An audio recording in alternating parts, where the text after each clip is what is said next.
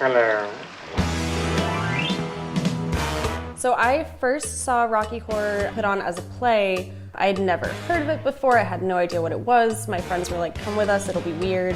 It's $5. And I was like, yeah. And they gave me a prop bag and I was like, this is already like the strangest play I've ever been to. I have been going to Rocky for a long time. I think the first time was when I was 13 in Bristol, Rhode Island. But I was like, just like a weird kid. And my mom was like, I know where you belong. So they took me to a midnight showing for like my 13th birthday, and I just never stopped going. I first watched Rocky Horror with my mother, who was absolutely in the audience tonight.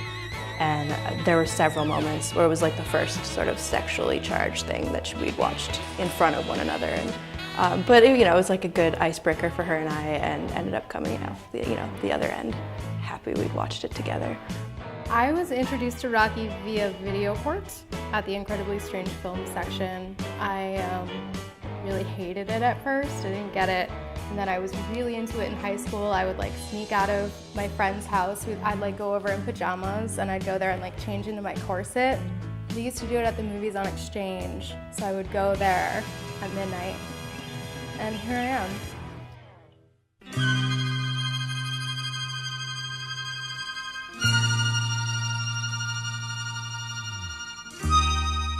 There's a part of me that I can kind of lose myself in the role and just feel totally free in it all, but Rocky was definitely the first exposure to any kind of like exhibitionist performing or what have you. Being comfortable objectifying yourself is something that if you can find that and you can find like what makes you feel sexy about yourself, then that's, it can be a really powerful thing in your life. Whoever you are, whatever body type, age, race, sexuality you are, like it's okay. For playing Frank, I try and put a lot of sincerity into it because it's not just like a man wearing makeup. He was originally marketed as the hero, but he's definitely not the hero, but I'd hardly call him the villain. I don't think this movie has any villains. I think it's, like real life, I think it's everyone just doing what they think is right at the time. I expect a whole lot of people being the person that they're not allowed to be every day. Like, I'm a criminal defense attorney, and I wore most of this to work, but also some other stuff too. But Rocky Horror, it was like, oh, this is fine. This is where I'm supposed to be. So it was like kind of a place where I could go to be as weird as I was without really having any repercussions for it. I mean, I have a fondness for bad movies, and I appreciate that about it. I appreciate how good it is for being itself. And I think that's actually a thing that Mesh and like our production of it tries to really emphasize too, is just like be good at being yourself.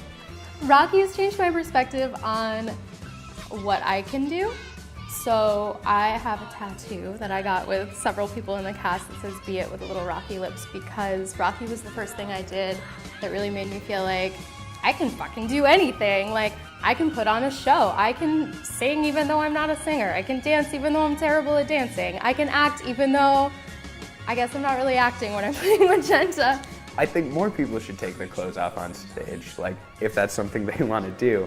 But it's super liberating, it's super fun. It makes you look at yourself from a perspective that I don't think you often would. Because even though there's a room full of people in front of you, you're like really doing it for yourself.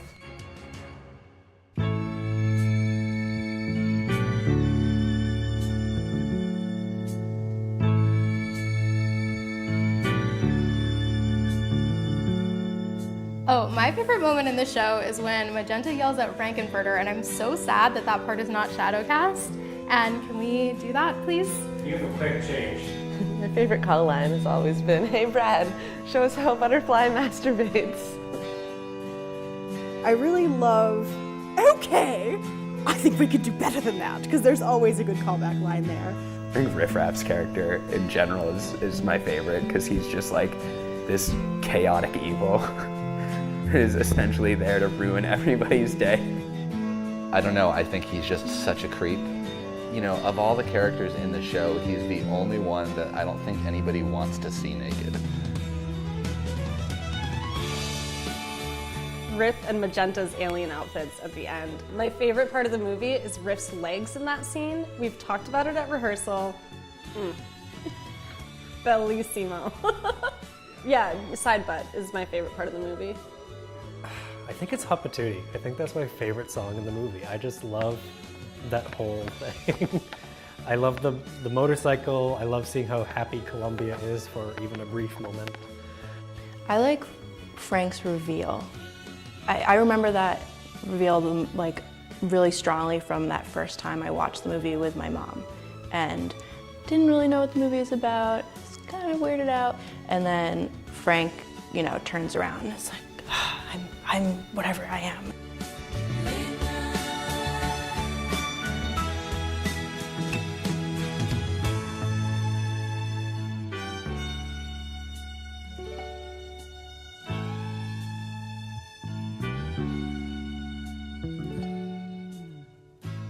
Everyone that shows up to rehearsal and everyone that shows up to the show and to be a part of this is on the same page, that, you know, we come from a place of respect and we are careful and gentle with each other.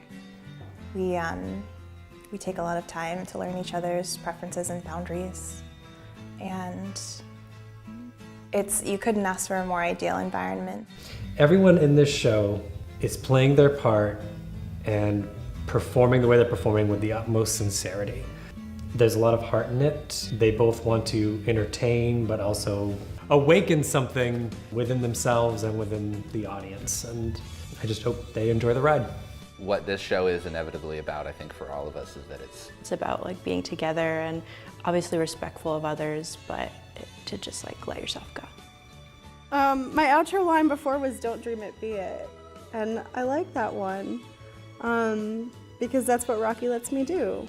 Like, you don't have to just daydream about all the people that you could be. Like when you're in Rocky Horror or when you go to Rocky Horror, you get to just fucking put it all out there. So, don't dream it, be it. So now I take my clothes off?